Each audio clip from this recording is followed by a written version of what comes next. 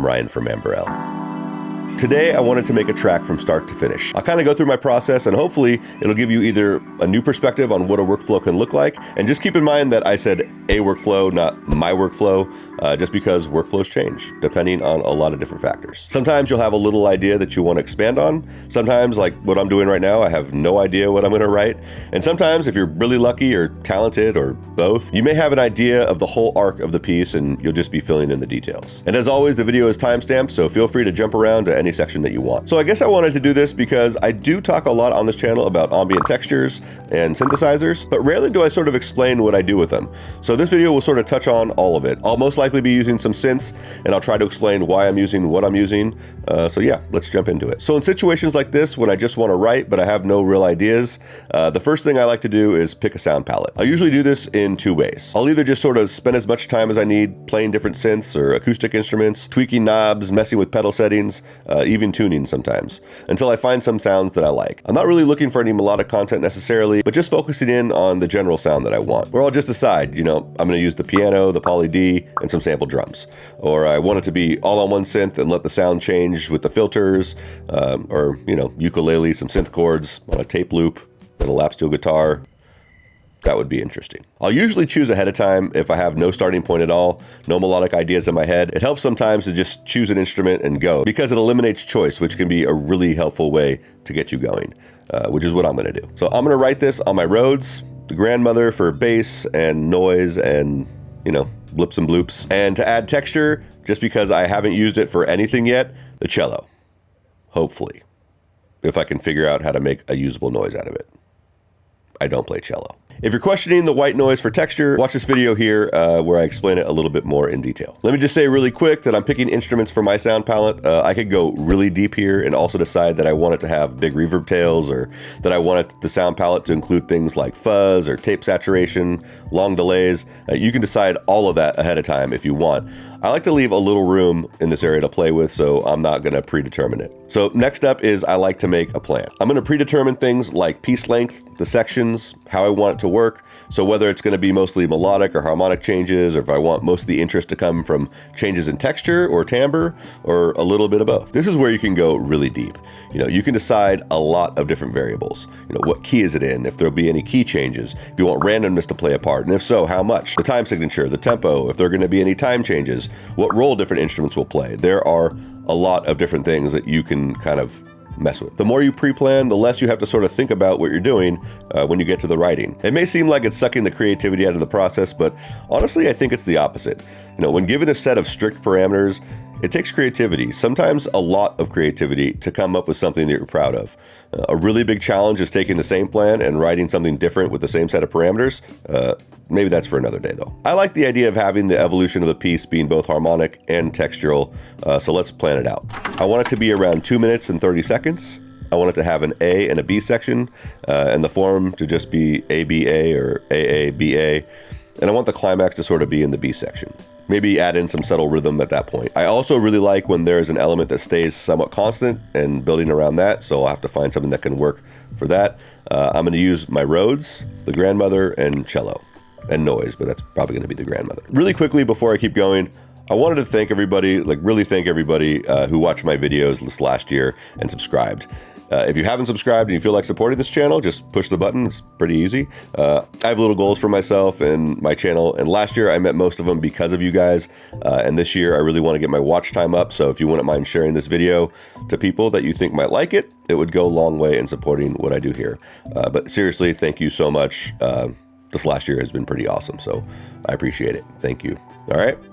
Okay, so we have our sound palette and somewhat of a plan to how it's going to be written. The only thing left is to find something that you like and write. Just to recap, I'm going to write it on my Rhodes, grandmother, and cello, and add some white noise. It's going to be about 2 minutes and 30 seconds in the ABA form, with the climax coming in the B section. So let's see what I can get up to.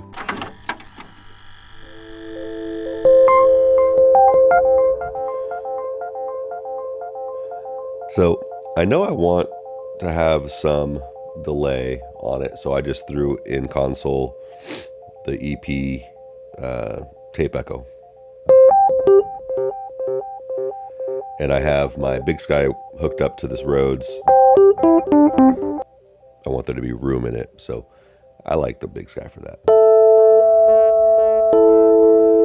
I don't want it to be very busy to start.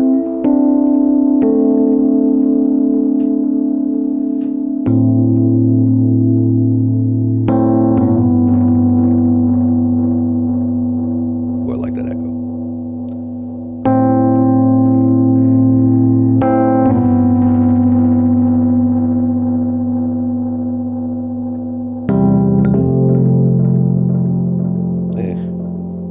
Seems a little trained.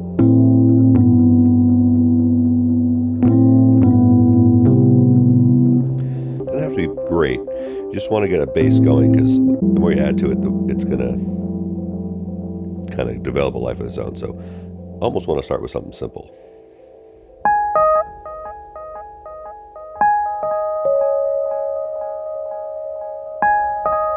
Now, this is where in the pre-playing process I could have made this a little easier on myself and said, I'm going to play in this key or that key. So we'll just do that now.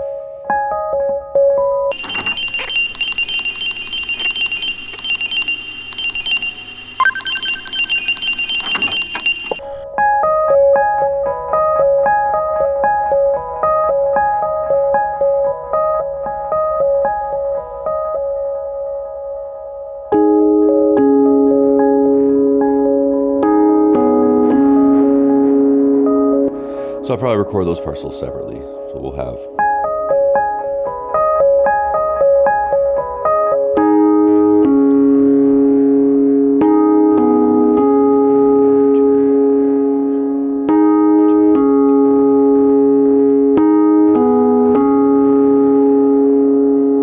I think that's a good A section. Kind of repeat it.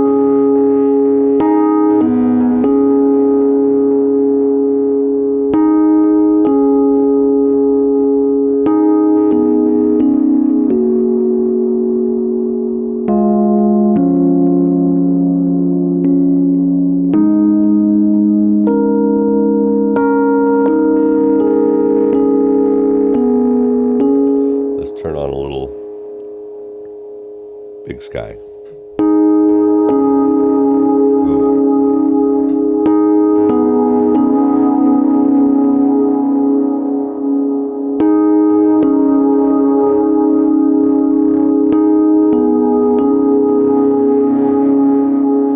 So there's a good A section.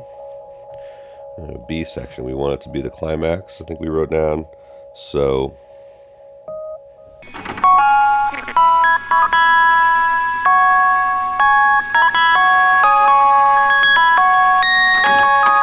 I always try to keep in mind that when I'm writing a song, it's a lot of times just better to get something finished, to get the reps in, to practice. So I'm not trying to do anything groundbreaking here. I just want to write something nice. I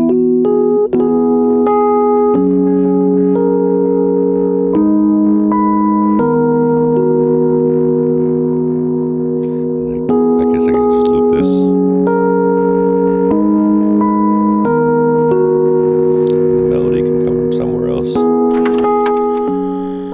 I'll probably just edit a bunch of things that sound together. I might even like double or triple some parts. Let's try the high strings.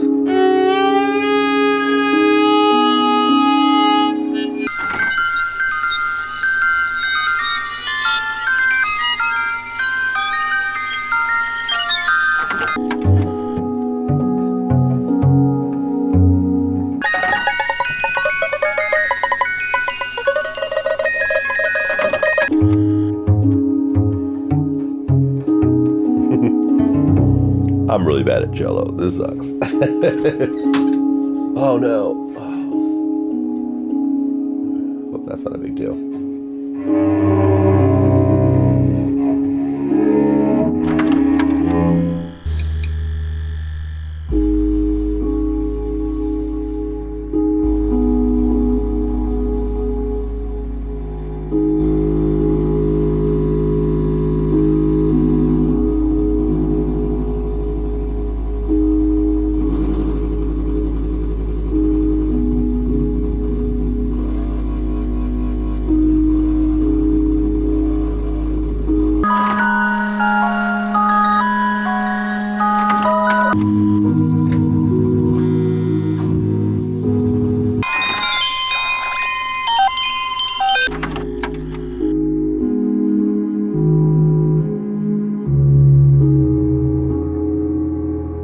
So this whole process took about 6 hours. It probably would have moved a little quicker if I wasn't trying to film things, but still, that's pretty quick turnaround. And I'm sure if I took more time, I could make sections better or whatever, but working like this and cranking out a piece can be a really great skill to cultivate. Repetition in writing is just like practicing an instrument or learning how to patch a modular rig or really anything that you're trying to get good at. The more you can successfully finish tracks, the easier it gets. The more you learn about your own tendencies, and the more you do it, the more you start to step away from those tendencies and create something that's really unique to you. There's really no way around it, just through it. And I'd be shocked if the 20th piece that you finish isn't a whole lot better than the first 5. All right, so let's listen to the track. Here's what I ended up with. It's not perfect by any stretch, but it's finished. And I feel like that's half the battle when trying to write some music sometimes. So I hope you enjoy it. It's untitled. Hopefully it'll be on Spotify soon. All right.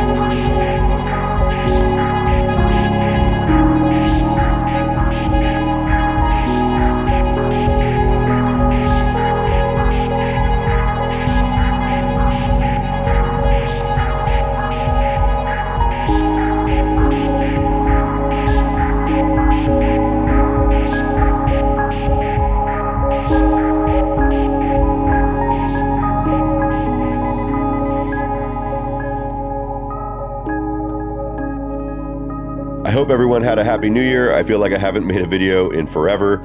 In reality, it's been like 3 weeks, but it still feels like a really long time. Anyways, it feels really good to be back, and I'll be posting regular videos again and replying to my comments and all that good stuff. So if you have any questions, please leave them down in the comments. Hopefully I can mix this track and get it on Spotify within the week. But until then, thanks for watching, and I'll see you next time.